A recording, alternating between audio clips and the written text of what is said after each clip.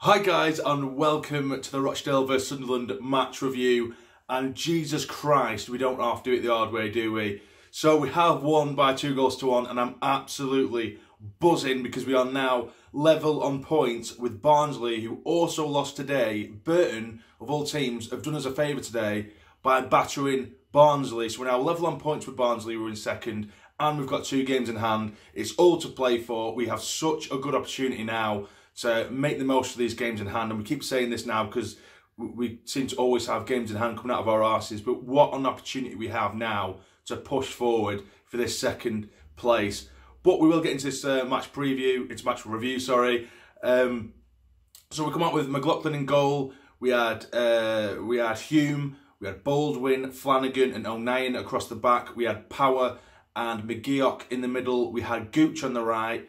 We had Morgan on the left with Pike and Grigg up top. So come out in the first half, and I think we were quite good. We were all right. I don't think we were fantastic. I think we were probably a little bit guilty of overplaying it a little bit at times, or maybe guilty of trying to sort of thread the ball through the eye of a needle with, keep on the ball quite well with the likes of McGeoch in midfield, which he does. He's very good at retaining possession. He does give the easy ball, but he does it quickly. He moves the ball on quickly, or he'll only give the pass if it's on. He very rarely gives the ball away, or he very rarely misplaces a pass. But when we did get into that final third, I feel like we're trying to do a bit too much, or we try and be a bit too precise with through balls in behind, or little chip balls over the top. There's a few times we got to around the edge of the box, and I'm just thinking, just hit the ball, man. But we were just, I think, it was almost like we were afraid to shoot at times. Gooch, I think he was actually all right today when he was on the pitch. He made a decent chance for us. He put it in. Wyke had his shot blocked, and it did fall for Grigg, who's tried to sort of dink it on the half volley into the far corner, but the keeper manages to save it. Power had a decent chance as well from the edge of the box, where the keeper's made a good save. Wyke was put in over the top, pretty much one-on-one with the keeper. It was actually brilliant control for Wyke, to be fair. Was sort of the outside of his foot to bring it down. But his confidence was just shot at that point because it was relatively early on in the first half. He's brought it down. I'm just thinking, shoot, mate, just shoot. And it was almost like he was waiting for the challenge to just hit him from behind. He just waited and waited and waited, and had the ball nicked off him. But it was Rochdale that managed to get themselves in the lead. And it was piss poor defending. It has to be said. We didn't have to make it hard for ourselves. And at this point, Burton were in the lead as well against Barnsley. At this point, I think we're 1-0 to Burton. I just thought, Jesus Christ, it's going to be a missed opportunity here, isn't it? Because Luton have dropped points as well. They've drawn 2-2 with Blackpool. I think when I last checked and there was about a minute left, it was 2-2. Blackpool were 2-1 up for quite some time. Luton had a man sent off as well, but they did get an equaliser in the final few minutes. So I'm not too sure whether that was the full-time result. I'll have to check afterwards. But yeah, Bulls played across goal, hard and low. Our defence were absolutely all over the place, falling all over the shot, trying to get to the ball. But I think it was Henderson for Rochdale who just buries it, 1-0 down. And again, it was, I think after that they sat back a little bit and kind of tried to play for the win.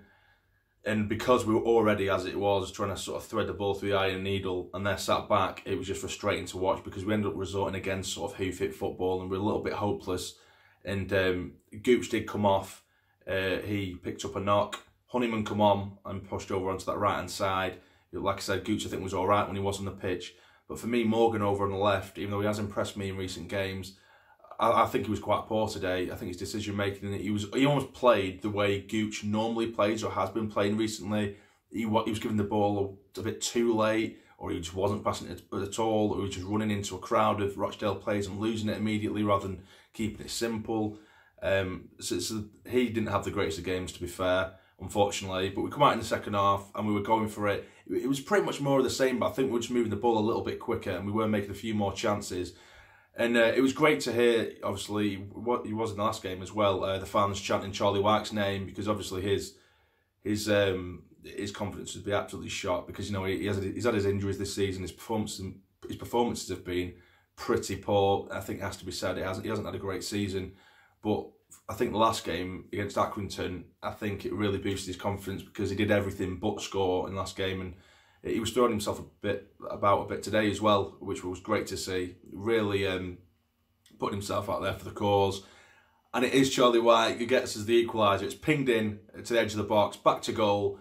I thought, no way is Charlie going to shoot for me. He doesn't have the confidence for that. And Jesus Christ, he's turned on the edge of the box, nice little turn, and he just pinged it into the bottom right-hand corner. It was a bit of a P-roller, really. But, you know, I was so happy for him. So happy. I am happy for him. I'm not going to do him the absolute world of good, because there were so many times where today he picked the ball up in a good position. You can see that he's panicking immediately because his confidence is so low. He'll pick up the ball and he's immediately looking for who to give it to. You know, I just want the ball away from me. I don't want this responsibility. And you can see that he was shitting himself quite a bit every time he got the ball. He'd be throwing himself about trying to block, you know, try to block passes or get in the way and stuff like that. But when he was on the ball a few times today, you could see the panic in his eyes. But I think in that second half, he just thought, right, I'm not having it. And he's scored a brilliant goal. So I'm really happy for him. And then after the equaliser, we did have a few scary moments. Rochdale, a lot of their sort of chances were kind of just pinged balls into the box, and then little scraps on the outside. But, you know, they did have a couple of little chances, and our defence weren't great in dealing with these crosses. We probably didn't really make it, you know, easy for ourselves. We made it as hard as humanly possible with some of the defending. It was quite questionable. But it ended up being Honeyman in the 89th minute, Captain Honeyman, who is pulled back in the box, and there he is to tuck it away. 2-1, absolute scenes. Captain Honeyman sprints over to the fans. He skids on his stomach into the mud. There's fans coming onto the pitch.